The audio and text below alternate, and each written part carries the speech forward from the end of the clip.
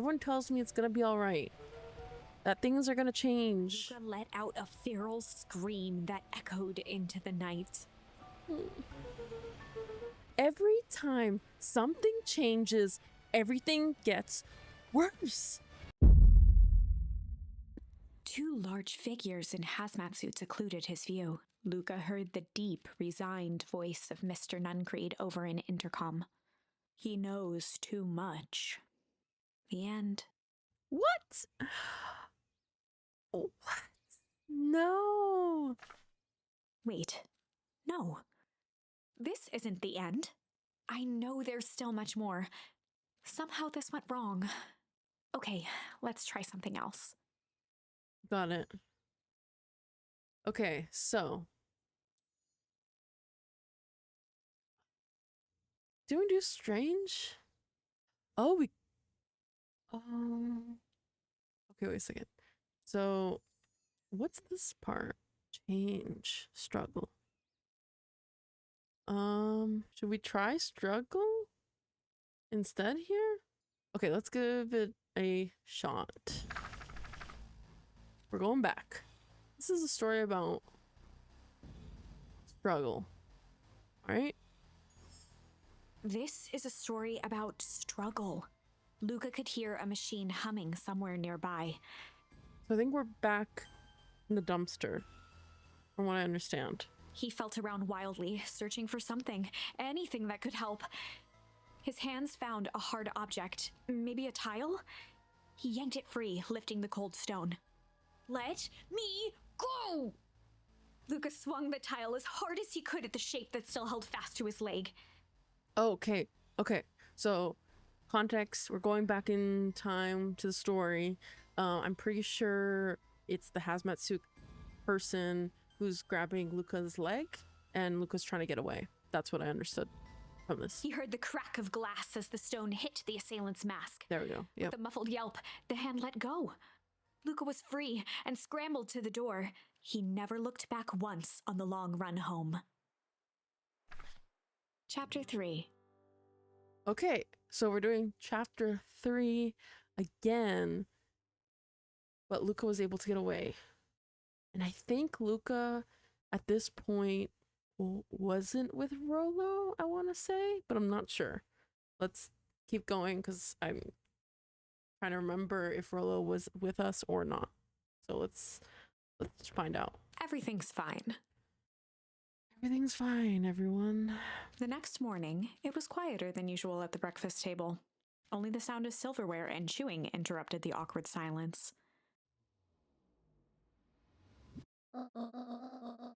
I finished jarring a mess of jam last night. So that'll need to get delivered into town today. Okay. So what did you and Rollo get up to yesterday? Oh, Rollo had things to do, so I just sort of poked around town. I've set the jam down by the front door. There's 2 batches to drop off. One for Mr. Tolliver at the Bag and Wag. Deliver jam to Mr. Tolliver. You got it. Another for Mrs. Fratelli at the diner. Deliver jam to Mrs. Fratelli. Got it. Oh, and Mr. Nuncreed. He said he wanted some more. I suspected as much. Yes, he seems to have taken a particular interest in my jam. There are some extras in the basket for that enthusiastic gentleman. Deliver jam to Mr. Nuncreed. Okay. Even though I don't want to. Just make sure Fratelli and Tolliver get the ones on top. Okay. No problem. Off with you now while the day is still young. My brain's trying to process what we don't have and what we do have. And now I think we don't have the walkie-talkies anymore. And we won't hear that sound this time. Oh! What is happening? Something. Hello, it's Juniper Hartford. Something. Something. Before you hang up, just hear me out. I have a business proposition. Selling something, something, something, something, something. The simple matter is we both have the same problem that needs solving. Something, something, something. Very well, we can meet tonight. What? What is happening? What? Oh my gosh, this is so... This is great. I'm enjoying this story so much. This is wonderful. Rolo, you're okay. Want to give you a hug. Sorry about yesterday. Roxy can be so annoying. I'm so happy Roxy made you do chores and stuff. But good news, no more boring chores for me today. Did you make it to the old Valentine warehouse? So, what did you find? Give me the dirt. Something happened. There was someone else there. What? Who was it? Was it aliens? I knew it would be aliens. No. Zombies? No. Alien zombies? What else could it possibly be? Rolo, I've got to deliver these into town first. We can catch up after. Ooh, is it a whole thing? Sounds like a whole thing. Yeah, we shouldn't talk about it here.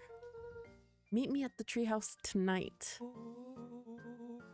I'm not sure what this treehouse is that you speak of.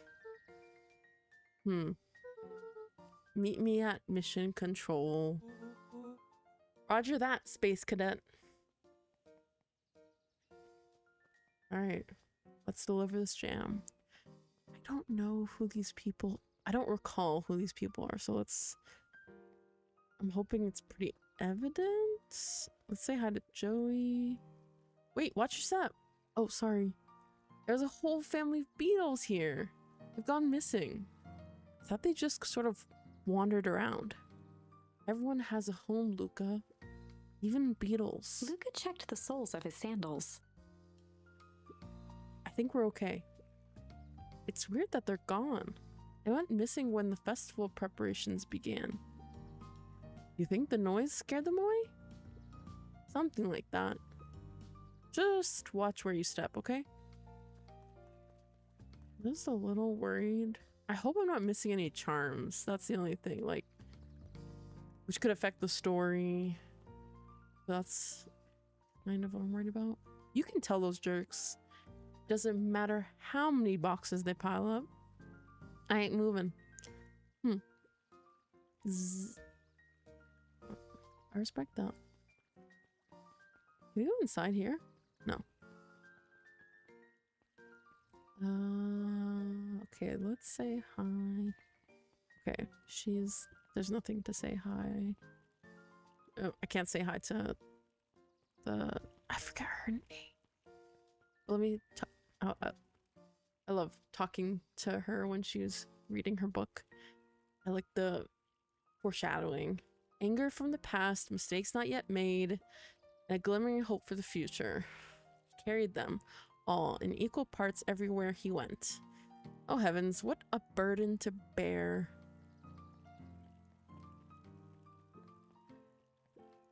Mr. Wilder, I trust you have time to chat? Eris Valentine, oldest of Sharper Valentine's children, and heir to the Valentine fortune, had a way of making questions seem like demands. Certainly. What seems to be the problem? Mr. Wilder had learned to assume that if he was hearing from Eris, it was because she had taken issue with something he had put in the paper. I couldn't help but notice that the front page of this morning's paper was consumed with stories about this silly festival. Well, yes, that is the news of the day. But there was no mention of the museum, nor the foundation through which it was endowed. I'm sorry, Miss Valentine. My readers are more so interested in this town's future rather than any one family in particular. There was a time, Mr. Wilder, when the goings on of my family was the only thing this town cared about. Well, things change, ma'am. And you know, change is dangerous. If you finish that thought, I will make that monocle a permanent fixture of your anatomy. My apologies. Good day, Miss Valentine.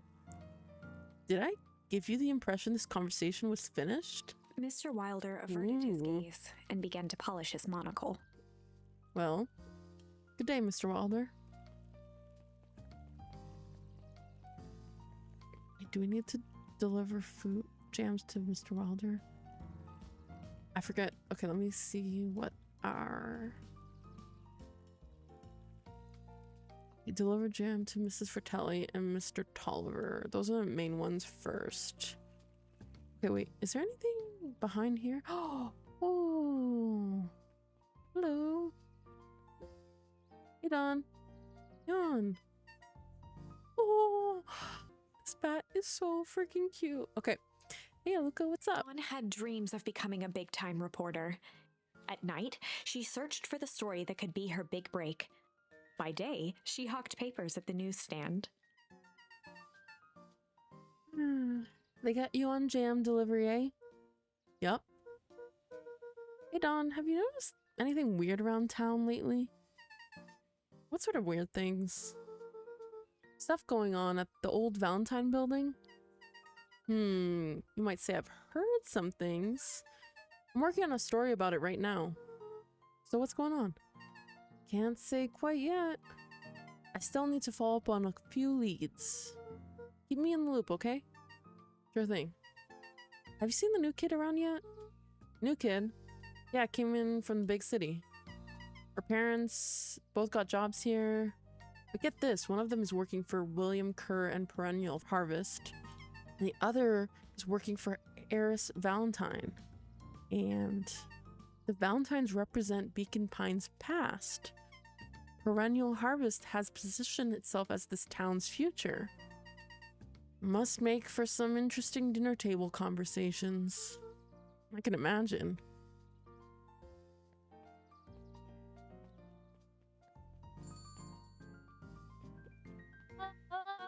Well, if it isn't my favorite little jam runner. Hey, Mrs. Fratelli. Look at you. She leaned forward and pinched Luca's cheek. You're all skin and bones. Is your gran not feeding you? She is. It's just... I understand. You know, I taught your mama how to cook back in the day. You may not even remember, but you and her used to help out in the diner. See that picture over there? That's you helping your mama back in the day. So cute, running around in your little apron taking orders. The whole situation just breaks my heart with what happened with Eleanor. Oh. Break charm. I've got a feeling she's out there somewhere, yearning to be with you again. That's nice. Few things in this world can keep a mother from her son. Luca shifted the basket uncomfortably. Oh yes, let's see here. Mrs. Fratelli lifted the cloth and inspected the jam. They even have my name on them. How thoughtful. She carefully lifted out her jars of jam. You tell your gran hello for me, Luca. Will do. We delivered jam to Mrs. Fratelli. Let's check out. Luca squinted at the faded photo of him and his mom at the diner. Memories of that day came flooding back. Oh. I'm ready to help, Mama. All right, little buckaroo. It's up to us to feed these folks while Mrs. Fratelli is away. I've got to deal with the inventory before I can start cooking. Do you think you can handle taking some orders in the meantime? Yes, Mama. Let's take a from Roxy. Hi, Roxy. Luca, I'm helping. Wow, hopefully your work ethic will rub off on Rolo. What can I get you? I'm not really feeling like a burger. How about a chicken sandwich with bacon on top? Coming right up. Oh, we have to do we prep it first? Oh.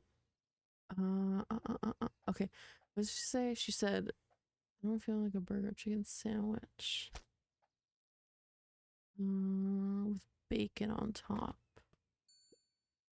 Oh, that's neat. Here you go. I call it the Love Me Tenders.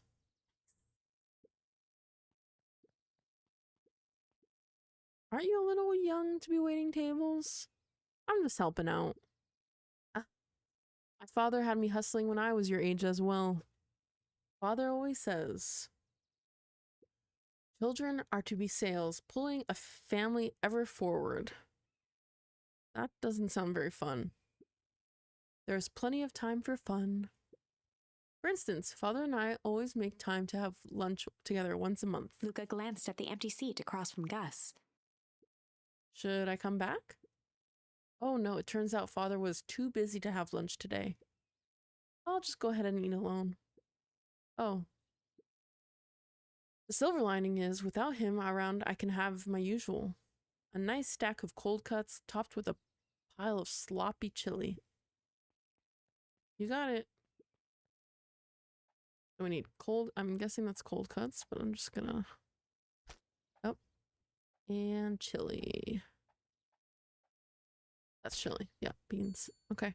I really... That milkshake looks so flippin' good. Cold cuts with steaming hot chili on top. I call it the hot and cold. That's perfect, thank you. Hello. What would you like? Gadzooks. They've shrunk the wait staff. Jeff slapped the table and gave Luca a toothy grin. Oh, that's Jeff. How's your pops doing? He has been pretty busy these days. I know the feeling. Tell him that fishing rod he ordered should be ready next week, will you? Sure thing. I've been in the mood for something sweet. You got a burger that can satisfy a sweet tooth? A sweet burger? Yeah, and top it off with some grilled cactus. Grilled cactus? The heart wants what it wants. Alright.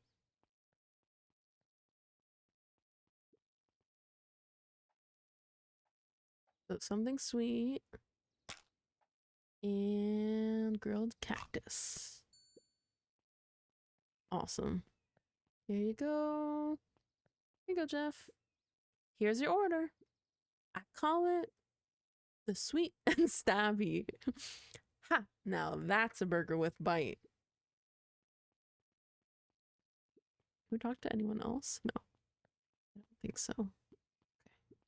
Hi, Mom. Looks like we're missing a few things. Why don't you run out and grab some more ingredients?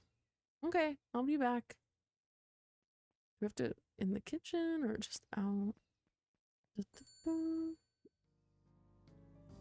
Oh, mash. That kind of hurt. I don't... If I could just be left alone, young Mr. Van Horn. Oh, sure, sorry to bother you. It's just that Mr. Herr has asked me to make the opening speech at the festival. Being mayor and all, you might expect me to be a charismatic speaker. ... The truth is, I'm terribly nervous. I really don't think I'm cut out for this sort of thing. Cut out for being a mayor or for public speaking? Both, I suppose. I never really chose any of this. It's more of a duty to my family. For our legacy. That sounds like a heavy burden. As for the festival, just speak from your heart. I'm sure it'll be great. Okay. So we did Mrs. Fratelli. Is there a place back here? No. I don't think there's anything here. I'm glad we found out that there's some buildings back there though.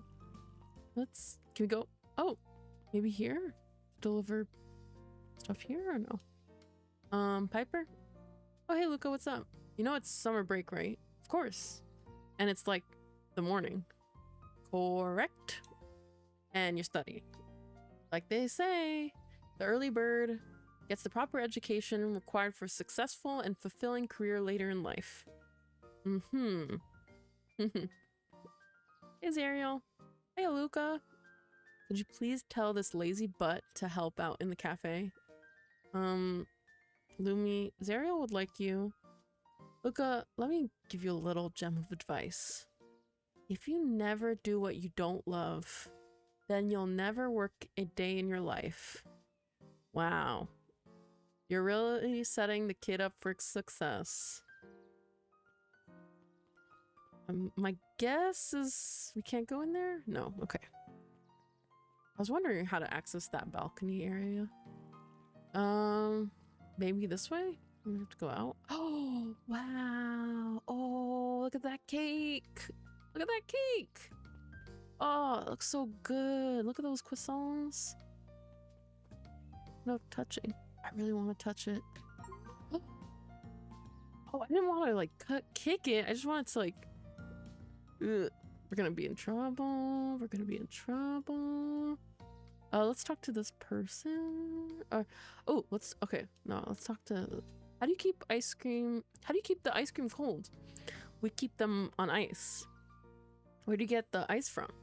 I don't know, somewhere cold. How do they keep somewhere cold? Look, Bert, do you want some ice cream or not? No, I'm good.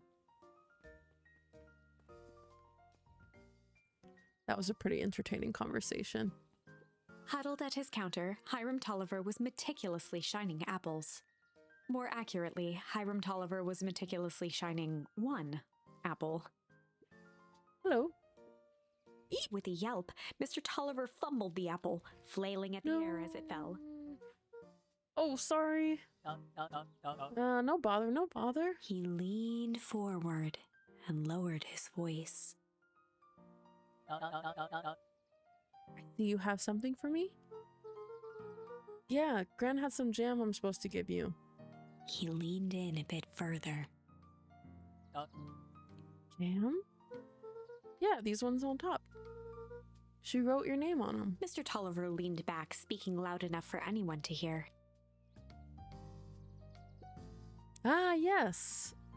The jam.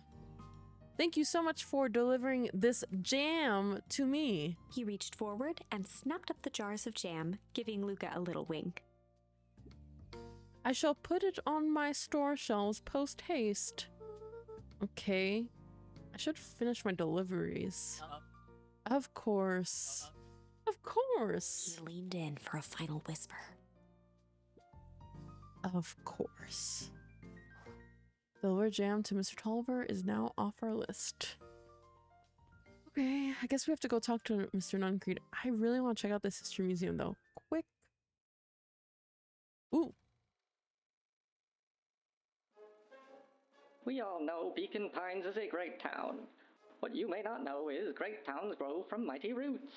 And that is why you cannot tell the story of Beacon Pines without telling the story of one Shopper Valentine. Young Shopper's keen intellect and strong moral fiber led to a grand vision. A vision of a community dedicated to a better tomorrow. In his own words, a better tomorrow is within our grasp, but it requires a singular mind to harness it. Lucky for us, he decided to grow that vision here in Beacon Pines. And how does one grow a better tomorrow? With fertilizer, of course. Valentine's Fertilizer Company became the lifeblood of a town yearning for purpose. But then tragedy struck, a scientific experiment gone wrong. An accident which took Shopper away from us far too soon. To this day, we struggle to pick up the pieces. But one foul harvest isn't enough to stop the people of Beacon Pines. The spirit of Shopper Valentine lives on. It lives in the hearts of everyone with a dream for a better tomorrow. Together, we will follow his example and grow a bountiful future. Paid for by the Valentine family and the Valentine Fertilizer Company Remembrance Fund.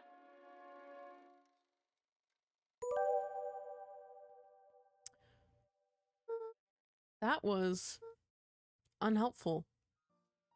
Agreed. All right, let's go to Mr. Nuncreed. See what's going on. There he is. Got some jam for you, Mr. Nuncreed. Luca, you seem chipper. Well, aside from being on delivery duty, it's a nice day. Mr. Nuncreed eyed Luca for a moment, then nodded in agreement. I suppose it is. So, do you want your jam? Oh, right. Usually Juniper drops those off herself. I guess she's busy today. Anyway, this is my last delivery for the day. Oh, in that case... Nuncreed snatched the basket from Luca. I'll hold on to the basket until the next time I see your gran. Oh, that's not good. Hey you! Anchovies or pineapple? What? Don't think. Just answer. Pineapple. Why? How old are you? 12. Perfect, follow me. Who are you? Anyone ever tell you you ask too many questions? Just try to keep up, okay? You got it. Let's go. What just happened? Oh. Agreed. Okay. Hey, what a crazy coincidence. Here's my new friend I was just telling you about. Oh, that's wonderful. Yep, we just hit it off. Oh, really? Get this. His favorite pizza topping in the whole world is pineapple. Oh, and what is your new little friend's name? Beck locked eyes with Luca. The look on her face was equal parts expectant and desperate. Luca Van Horn, nice to meet you. I'm Nellie, and this is Ilona? I think Ilona. I'll go with Ilona. We're Beck's parents. Beck gave Luca a quick nudge. Oh yeah, Beck told me all about you. Already feels like we've known each other for years. So you both can stop obsessing about me making friends. Oh, darling, we never doubted you. It's just that for children with fewer than 5 close friends, the probability of a stunted development doubles. Well, 1 down, 4 to go, I guess. What Nellie means is that we just want this move to be as easy on you as possible. You can relax.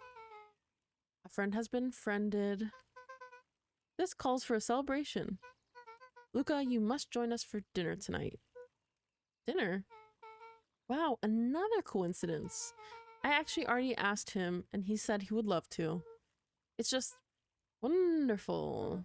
In that case, we should pick up some groceries.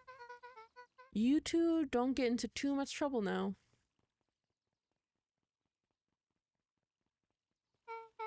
Wow, I can't believe that worked.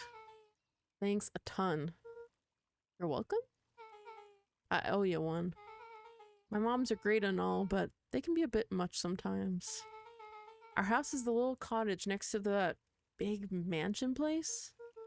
Wait, you live on the Valentine estate? Yeah, that's the spot.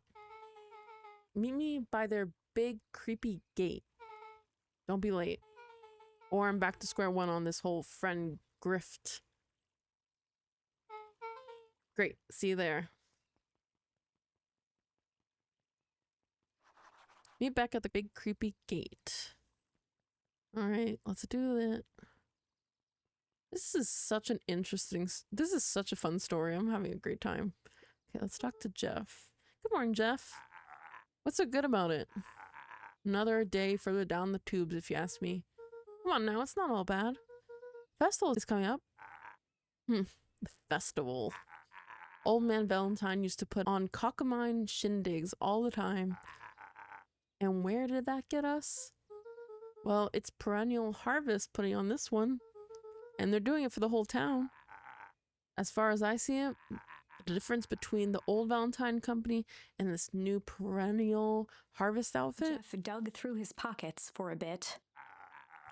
is the difference between this empty soup can and this brown banana. But those are both garbage. Exactly. Okay, let's go.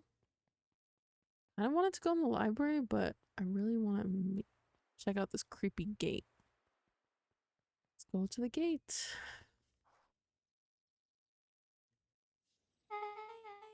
So who all lives in that house? Eris and Gus Valentine grew up there, and Solomon moved in a few years back. The creepy little kid in the vest? That sounds like the one. So just 3 people live in that huge thing? Bet a bunch of shady stuff happens all the time in a place like that. Not really. The Valentines pretty much keep to themselves. So it's empty and boring? Pretty much. What a waste. My mom says that it used to be way busier before. Way busier. Back before Sharper died. Before the fowl harvest.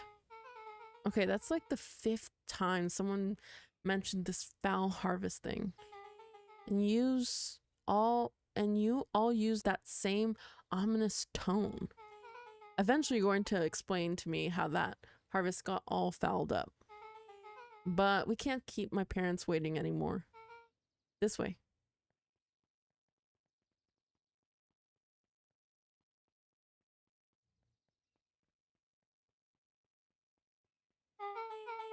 Most kids would have just ditched me by this point. Why are you still here? You looked like you could use some help. You know what, Luca? You're not so bad. Let's get through this as simply as possible. Just eat, smile, and nod. Fun. Great, whatever you do, don't bring up their work. I think I can handle that. Beck took a long breath, then gave a firm nod. Here goes nothing. Chapter 4. Dinner with the Moodwills. Ilona Moodwill was worried about change. A gardener at heart, she understood the necessity of change, relied on it even. But there was a difference between the controlled world of her plants and this cluttered cottage in a strange town. Almost done. Nellie was a blur of activity, digging through boxes. Sorry, love, couldn't find the dishes. We'll have to make do with paper plates. Dinner went by without much conversation. As she watched Beck and Luca finish up their pizza, Ilona let herself relax into the chair. The things she cared about were still here. Nellie finally had the job of her dreams. Beck was beginning to take root. Ilona's task was simply to tend to them. She could do that.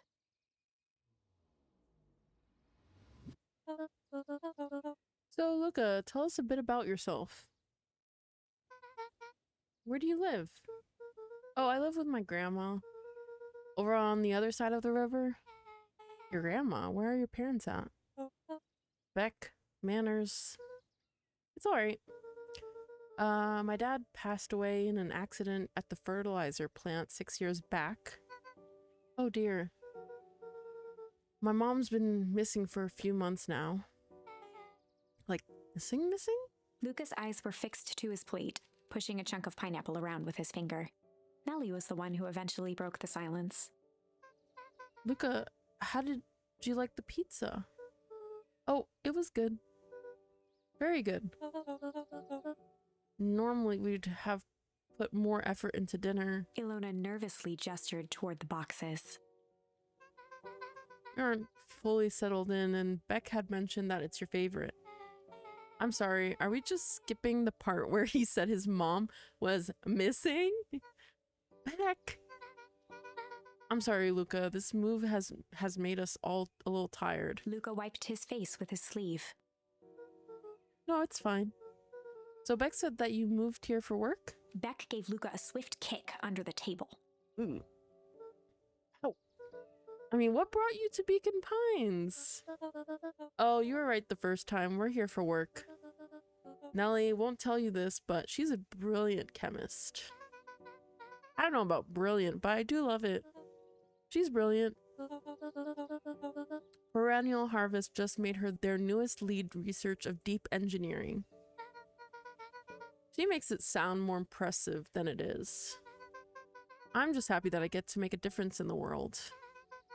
Perennial Harvest is at the forefront of evolving agriculture into something more useful than sprinkling water and excrement on the ground. Luca glanced over to Beck. She seemed to be holding her breath. What Nellie means, Luca, is that there are different ways to grow plants. Yes, some people talk to their plants and hope for the best. And some people happily leave their job to allow a loved one to pursue their dream. Ooh. You swore you didn't. Beck slammed her fist into the table.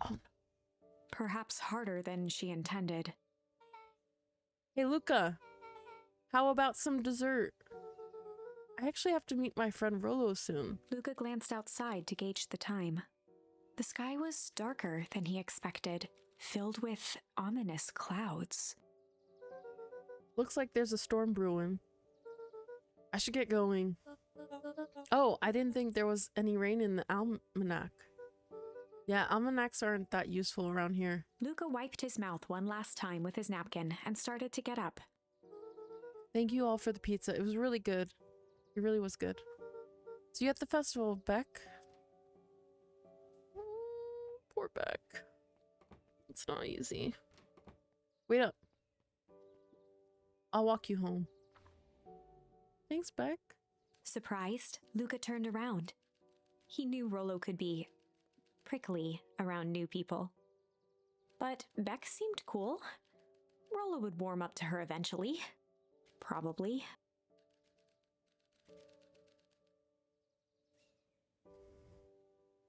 Luca began to respond, but the sky answered for him as the clouds above began to... I'm gonna go with rumble. That sounds right. Luca began to respond, but the sky answered for him as the clouds above began to rumble with ominous thunder.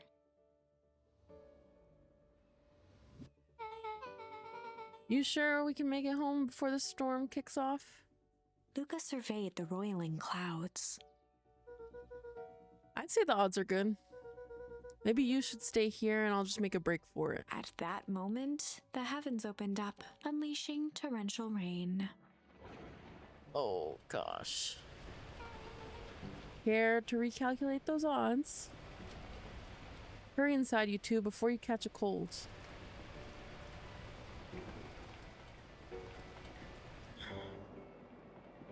Luca, Nellie will keep trying to reach your gran on the phone. In the meantime, you two hold tight. Sorry, not much to do up here. Most of my stuff is still in the boxes. Mind if I poke around?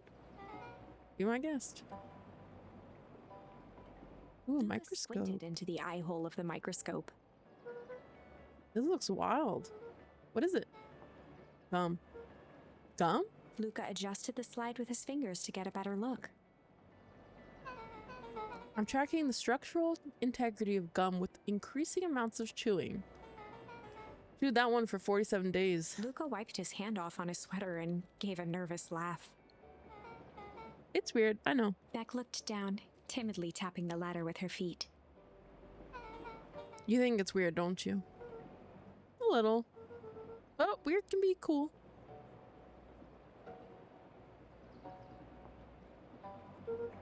Oh wow, Roll and I have a radio just like this at the treehouse. Probably not exactly like this one. My mom and I tore the whole thing down to the bolts, fitted it with some state-of-the-art vacuum tubes. She seems pretty awesome. She gets carried away sometimes. I think she feels guilty for working too much. So when she does have time for me, she showers me with high-tech overcompensation. Luca flicked at one of the toggles. I bet you can get all sorts of stations on this. Not out here in the boonies. You wouldn't believe the stuff I could pick up back in the city. But around here it's all farm reports and static. Oh, shucks. Luca bent down to examine the bouquet of wilting flowers. Judging by the odor, they were well past their prime. Pungent. He flipped open the attached card. Happy trails from Coach Walker and all the Fairview Condors. Boy, you weren't kidding about poking around, huh? Oh, sorry, was this from your old school? The most recent one, yeah. Some schools gave me going away cards. Some did flowers. When they're really trying to feel good about themselves, they do both. So you've moved a lot. Yeah, that's the thing with having a brilliant parent. There's always a better job somewhere else. These flowers would last longer if you put them in some water. That's the sort of thing I would do if I cared. Well, you cared enough to keep them is all. Luca, can I ask you something? Of course. Dang, didn't that hurt? I'll be honest, that hurt more than I expected. Well, at least you looked cool doing it. Beck took a moment to watch the rivulets of water running down the window. You ever feel alone? Like even when people are around? Well, Rollo can be pretty absent-minded sometimes. I'm serious. Does it ever feel like your family doesn't care what you want? Didn't used to feel that way. I know Gran loves me, but sometimes when she looks at me, it's like she's looking at a problem. Luca took a deep breath, exhaling slowly. I know the feeling. How do you deal with that?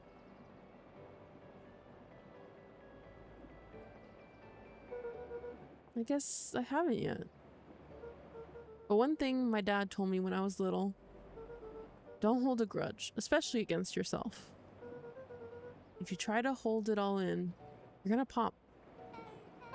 So then what do you do when you don't know what to do? Dad never got to that part. Something I've figured out on my own though. You gotta do something. Anything. Here. What are you doing? I don't know. Something. We're gonna register our complaints with the storm.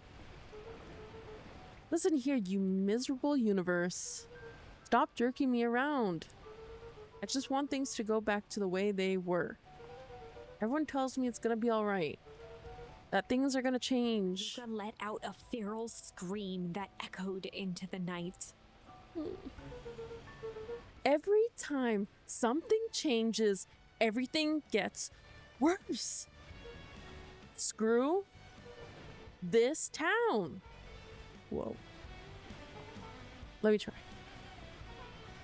Moving sucks. I hate that. I hate it. Why can't I just deal with it and be happy for my mom? Why can't we just stay somewhere? Her voice dropped to a trembling whisper. I just want to be a normal kid. Beck brushed off her shirt and straightened up. There. Wow, I actually feel a little better. As abruptly as it began, the storm abated. Thanks, I needed that. Me too. I should head out before the rain starts up again, though. Sure, I'll walk you out. See you and Rollo at the festival? Sounds good. Luca, don't let the universe jerk you around. Beck gave Luca a light thump on the arm before heading in. Chapter 5. Friendly Feud.